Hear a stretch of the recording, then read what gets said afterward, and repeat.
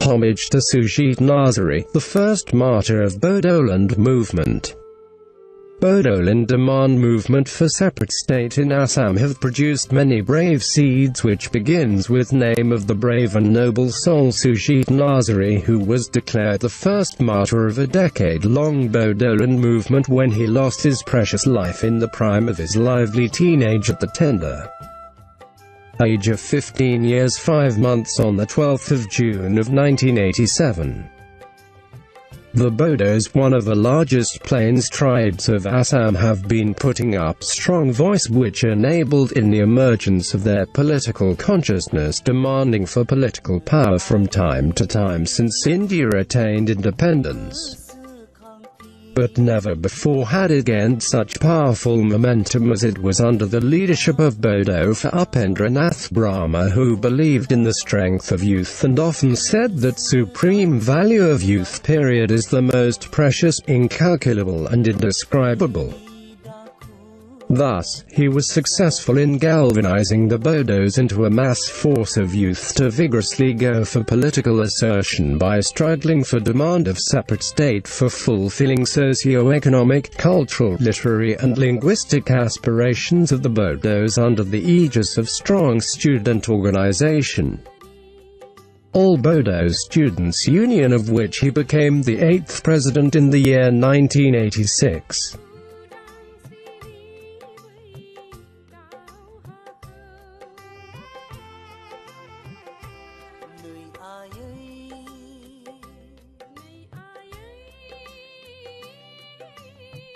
It was in one of the scheduled programs as organized by ABSU. A mass demonstration was proposed in the capital city of Guwahati on the 12th of June 1987 to make the Assam government aware of the vexed Bodo problems.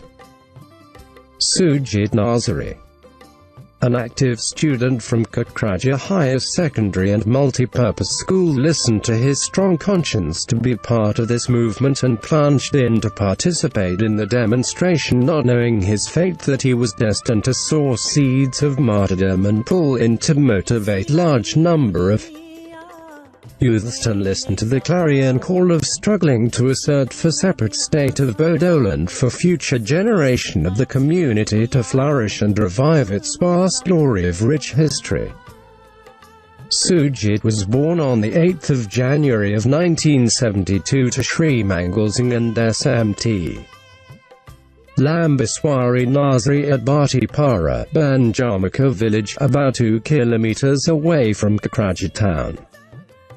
He was elder to his only sibling Ajit, though his parents adopted a girl child, fulfilling Sujit and Ajit's wish to be happy brothers of a little sister later on. He bore a well-built athletic physique. He started going to school after getting admission in number 308 Nalbari Banjarmakha LP school on the 23rd of January of 1978. After passing off from there, he joined Kokrajhar Government HS and MP school in 1982 to pursue his middle and high school. He was an active student who enthusiastically participated in a number of extracurricular activities, literary programs and students' organization, as a result of which he was selected to be the Social Service Secretary of School Students' Union when he was in Standard IX. Being a good sportsman and football player, he got an opportunity to play in the inter-district sub-junior football tournament in the year 1987 on being picked up by Kokrajhar District Sports Association, though he couldn't finally play for unfortunate sprain he suffered in his leg. In the same year, Sujit couldn't resist the call to all students by Bodo to join in various programs of Bodoland demand movement organized by ABSU, and in response to call given by central body to participate in mass demonstration. He, along with other students from Kokrajhar and colleague ABSU, decided to join the program. The mass demonstration, participated by members of Ankara committees and many others from different corners of the state, made this program as organized in the judges' field of Guwahati a grand success to record it as a historic day, garnering a massive support from the community. After the exhibition of successful mass rally, Kokrajhar Ankara ABSU was returning homewards to Kokrajhar by a number of buses hired.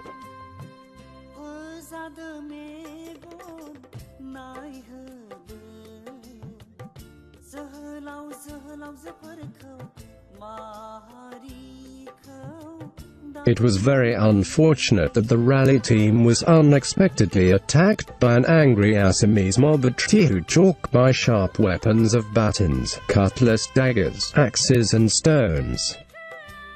This attack on democratic organization showed insecurity of Greater Assamese society, proving without doubt their chauvinistic attitude towards indigenous tribes of Assam. Pelting of large stones hit many students in the bus, which caused bloody injuries, and Sujit was hit by a large stone which struck his head. He at once lost his consciousness and thumped down on the bus floor, bleeding profusely from the cut of hard stone. Infuriated young students lost control of their anger and retaliated at the attackers, charging back at them. Attackers were cowed to flee away from the scene, fearing casualty amongst them in case they stood face to face with students whom they caused severe injuries. Sujit and all injured students were placed in Mahamaya bus to be taken for first aid dressing to nearby hospital. In the meantime, 3 buses carrying students halted in front of the Line Hotel, and the owner was asked if he knew the assailants, but he denied, though it was sure that he knew them. So, finding no way to lawful solution, students boarded back in the bus and headed towards Kokrajhar, but unluckily, a bus named Bodo faced technical problem and couldn't start and was left behind. The marauders came back to attack members in faulty bus, and this attack intensified when policemen in a van joined the mobs, beating the students in the bus mercilessly instead of taking preventive steps to control the law and order situation. Girl students participating in the Guwahati mass rally were not spared too, and as if it was a crime to participate in democratic process of asserting the rightful voice for fundamental rights in the country, students were thrown in Nalbari jail. Other buses followed and students inside them were attacked too. Around 300 students were severely assaulted and injured on the fateful day. One of the bus drivers was stabbed with a sharp knife on his stomach, but he was daunting and brave enough to drive with oozing blood gushing out from the injury to distance of about 4 kilometers away, rushing into Bhatipara police station to lodge a complaint against the culprits.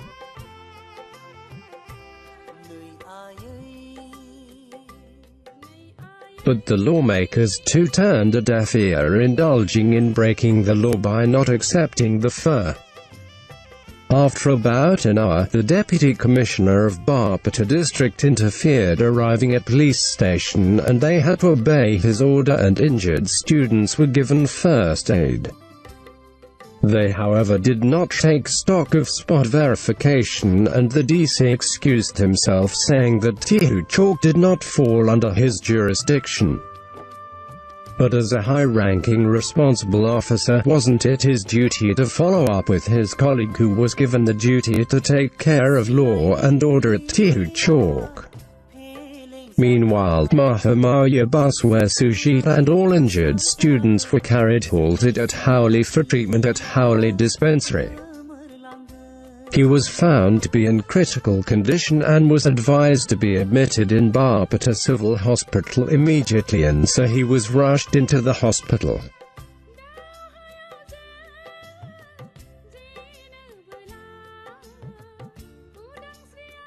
Though he was not in good condition, his anxious friends requested the doctor to release him after dressing his wounds because they weren't sure of his safety in unfamiliar surroundings with no proper acquaintance whom they could trust at the wee hours of darkness. They wanted to just give him emergency treatment so that they could carry him to Kokrajhar NB Civil Hospital. But the doctor refused to release him, seeing his critical condition, and his friends had to leave him behind in the hospital with some students who had injured their eyes in the attack at Bhatipara, and a bus driver who was stabbed in stomach. 2 students stayed back to attend him. Alas! The next morning Sujit's father reached the civil hospital at Bhatipara to painfully find lifeless body of his beloved son.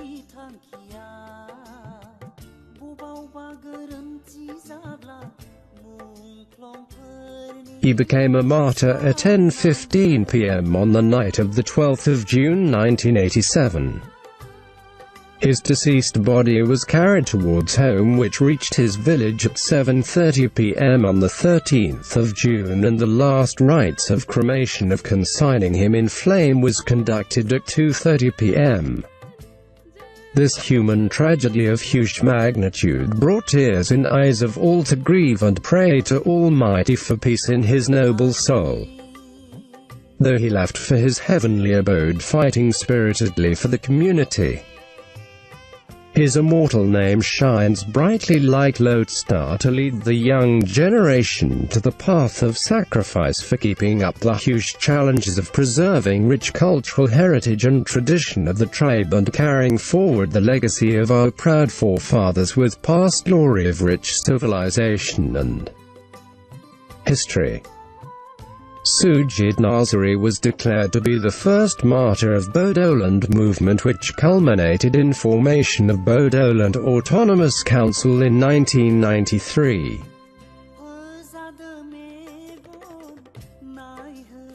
As ABSU failed to fulfill aspirations of Bodo's, armed struggle was resumed under the organization of BLT, and after concerted efforts of governments at Central Assam State and Bodo Liberation of Tigers Force, Bodoland Territorial Council under 6th Schedule of Indian Constitution was set up to usher in new era of peace, progress and development in BTC.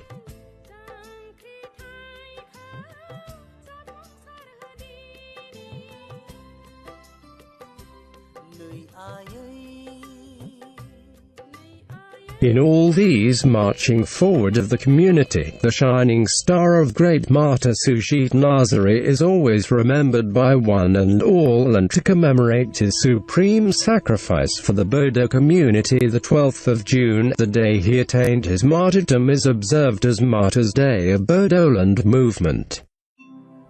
The movement continues with cherished dreams of aspiration for Bodoland, as BTC2 has failed in safeguarding in right direction the land rights, culture to language and all-round socio-economic development of the Bodos and other communities living in northern bank of Brahmaputra.